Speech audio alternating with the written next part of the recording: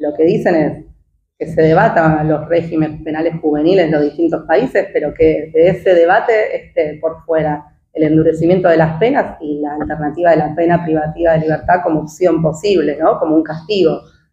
Hay otras formas de tratar, hay, por ejemplo, todo el desarrollo que hace la justicia restaurativa, que nosotros acá desde la universidad también trabajamos desde esa óptica, promueve otras formas de lo que se dice procesos de responsabilización, ¿no? Que solamente una responsabilización en un joven no se da a través de meterlo preso, ¿no? Sino que hay otras formas que funcionan bien. Y yo traigo este ejemplo de la justicia restaurativa porque efectivamente yo acompaño una experiencia que veo que tiene resultados, en la no reincidencia, en el proceso de responsabilización de los daños, porque acá también está mucho la cuestión del sentido común de que entran por una puerta y se van por la otra, y no es así, ¿no? El joven atraviesa toda una serie de procesos dentro del sistema integral de protección de niños, niñas y adolescentes, y también la intervención judicial, ¿no? No es que entran por una puerta y salen por la otra, sino que hay un montón de cuestiones antes que eso. Nunca se dice en general lo de la puerta y nunca se cuenta cómo es ese proceso para un menor de edad que en efecto comete un delito. ¿Qué es lo que pasa? No va a una plaza. No, exactamente. ¿Qué es lo que le pasa? Exactamente. Bueno, de hecho, nosotros trabajamos, por ejemplo, con jóvenes de 16 a 18 que se les ha dictado un auto de responsabilidad, es decir, que se les dice que el delito que cometieron existió, que se le dispone un año tutelar, ¿no? Que la justicia tiene que ver durante ese año tutelar que el proceso penal del chico cumpla el fin socioeducativo, ¿no? de ese proceso, es decir, que cumpla con los requisitos de una inclusión social, de la reinserción, que continúe con los estudios. Entonces, cuando transita todo ese año, al ser menor, ¿no? La justicia después evalúa, el juez o la jueza, si amerita aplicarle condena o no. Entonces, por ejemplo, nosotros trabajamos mucho con la Defensoría General de Lomas de Zamora, con estos chicos que transitan el año tutelar. Ellos están como, digamos, la justicia los está observando, ¿no? En términos coloquiales no tienen que hacer todo bien en ese proceso. Pero lo interesante es que trabajamos, ellos vienen a la universidad una vez por semana, algunas veces los hemos traído a participar de alguna actividad acá en la radio, y se trabaja lo que es la responsabilización. Entonces, efectivamente, digo, el proceso es mucho más humano, más digno, ¿no? Se los escucha y lo que se ve es que ese joven comprende el daño que ocasionó, ¿no? Y de hecho del universo que asiste a la universidad, ¿no? O siempre en conjunto con la Defensoría General, la defensa oficial, esa mayoría de jóvenes que transitó acá fue absuelto, porque después la jueza evaluó que se cumplió lo que sería la finalidad socioeducativa de ese proceso penal. Y bueno, y también el otro impacto es que no hubo reincidencia. Los chicos que pasaron por acá no volvieron a cometer un delito. Entonces ahí tenés formas concretas de trabajar, cuando se trata de niños, niñas y adolescentes, diferente a que si transitan un contexto de encierro o un proceso penal tradicional, ¿no? Donde lo que yo dije hace un ratito, termina agudizando las desigualdades sociales. Y ese chico probablemente, al transitar lo que es un contexto de encierro, digamos, eso es un estigma que llevas toda la vida, que después te cuesta conseguir un laburo, retomar los estudios, te tenés que anotar ya en estudios bueno, puede ser programas fines que también tenemos en la universidad, pero digo, perjudica mucho más esa trayectoria individual también. Y esto que vos contás que hace la UNLA con Lomas, con la Defensoría, ¿lo hacen otras universidades? No, esta es una experiencia única que yo siempre la cuento porque me parece que trae muy buenos resultados, también porque nosotros tenemos una licenciatura en Justicia y Derechos Humanos que es la única a nivel nacional, entonces creo que se da esa particularidad, una carrera con mucho compromiso en relación a la inclusión de una perspectiva de derechos humanos en los distintos saberes profesionales. Entonces, los estudiantes de una materia en particular, que es las prácticas preprofesionales, les hacen un acompañamiento en calidad de referente o tutor.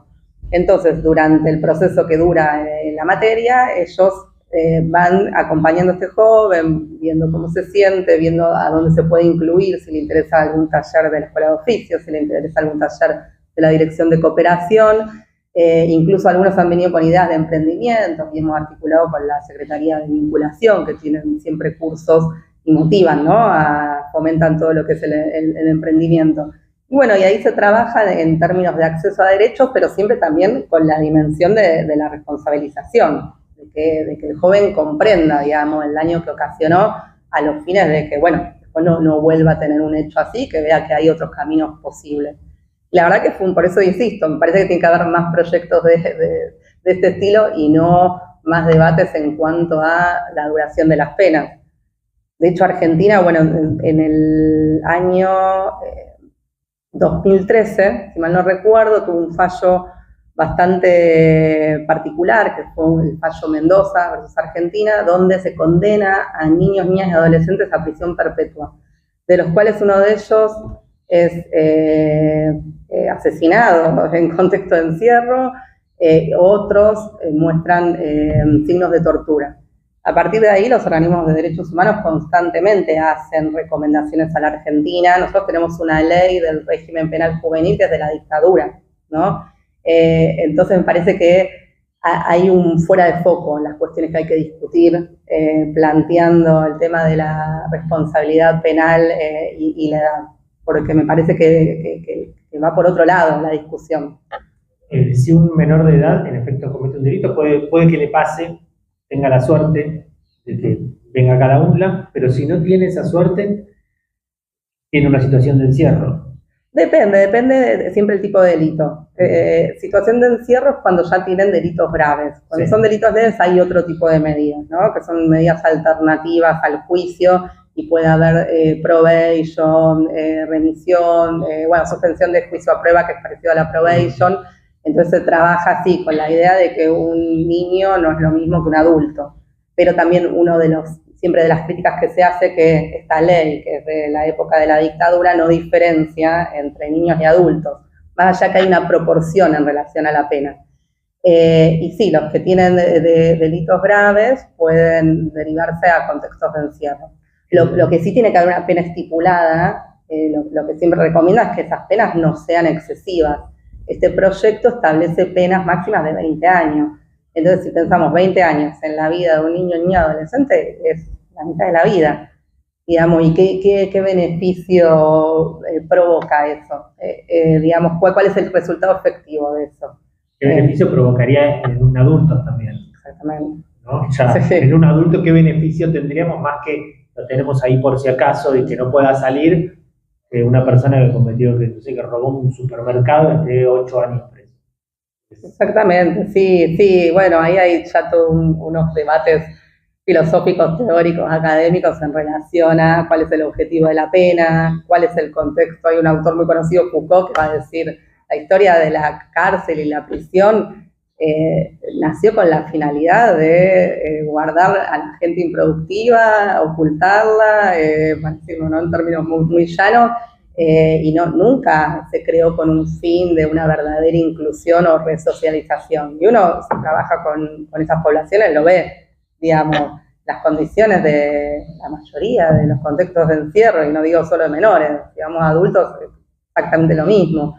Hacinamiento, tortura y malos tratos, condiciones de higiene. Bueno, la pandemia fue un gran problema esta cuestión, porque no podías mantener la distancia que en ese momento, a raíz del COVID, se estipulaba, no me acuerdo cuánto era.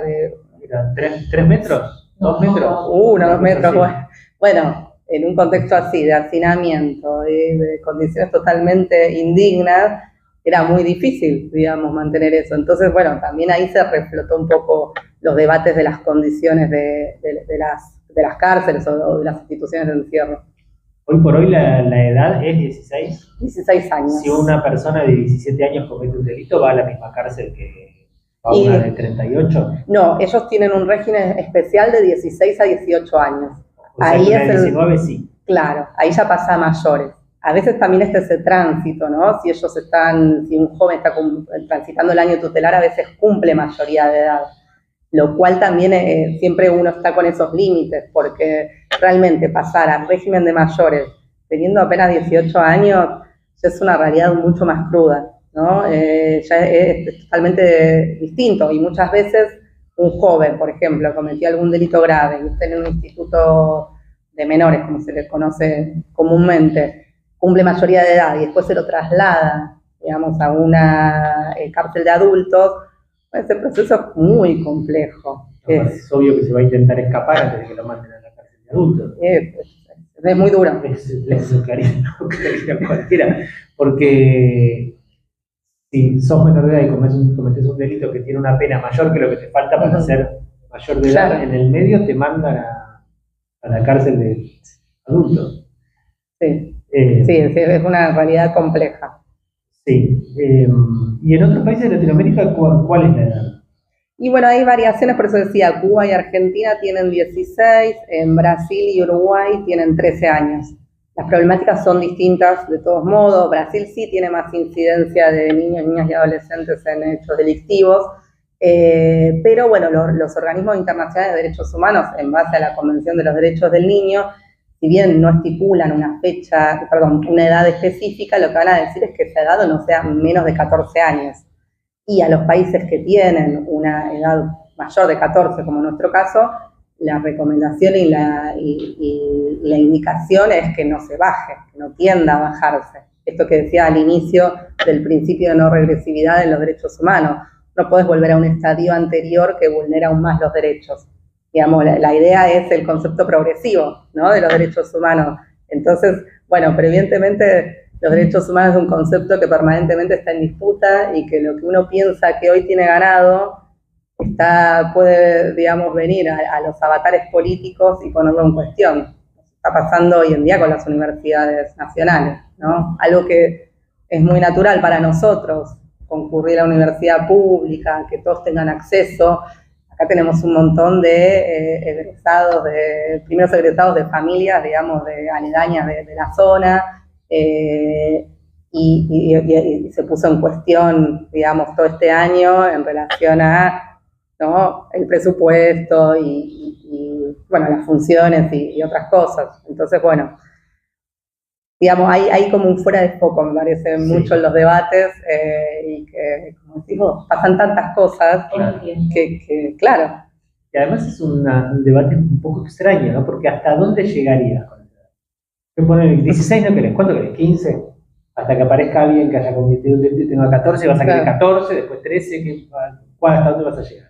Sea lo mismo que el recién nacido, que es raro, no tiene fin eso. Sí, tiene fin, o sea, supongo que después de más abajo de 2 años no existirán, pero ¿hasta dónde llegaría? Exactamente. Es muy raro. Termina en la ciencia ficción, termina en el precrimen. Hay un texto de Philip Dick que dice que había una gente que podía ver cuando iba a suceder un crimen y quién lo iba a cometer. Y entonces había una policía, si les parece algo parecido a lo que vivimos, es bastante obvio, que sabiendo que vos, Laura, vas a cometer un crimen pasado mañana, te detenían antes que lo hagas. Bueno, no más, muy cercano al positivismo argentino, que también, ¿no? Los primeros estudios de criminalidad en función del cráneo podían ir determinando los estereotipos más proclives a cometer delitos. Entonces, bueno, muy similar a eso. ¿Era por ahí o las nuevas ideas de Bullrich de que si alguien de tu organización comete un delito y vos formás parte de esa organización, vos también formás parte de ese delito? Si en una marcha una persona, vos vas con, qué sé yo, camioneros, y uno de camioneros rompe un vidrio, todos son responsables de ese vidrio que se rompió, en igual caso que la persona que lo rompió. Claro. Eso es un derecho muy imaginativo. No, es una forma de desorganizar. Claro. Me parece. Que no vaya nadie, que vaya la menor cantidad de gente posible por el miedo. Sí, es lo que están buscando. Es más raro lo que buscan con bajar la edad. Me parece que es, como decían, tal vez un efecto mediático, generar un tema del que se hable, y alguna gente que cree eso la llevan para su lugar. Es que lo tenés que discutir, porque si no, por ahí puede pasar. Claro. Sí, bueno, y de hecho nosotros también formamos parte de un colectivo que se llama No Más Niños Descartables, que es intersectorial, ¿no? Participan el sector de la iglesia a través de los curas villeros, distintos académicos, distintos operadores de justicia, sectores políticos, en los cuales nos damos cuenta que es un debate, digo, que atraviesa a distintos sectores sociales que por suerte están alzando la voz ¿no? Y desde varios lugares se está también tratando de desmitificar un poco las bases sesgadas en las que se basa el proyecto. Florencia, gracias por pasar por aquí, por el edificio Argumedo, por la radio de la UNLA. Y bueno, mientras estemos acá, tenés las puertas abiertas cerca. Si no tenés las puertas abiertas, un poco más allá, pero en todo caso, venite. Sí, obviamente. Súper feliz de compartir con ustedes. Muchas gracias. Gracias a vos. Era Florencia Beltrame, coordinadora del Instituto de Justicia y Derechos Humanos.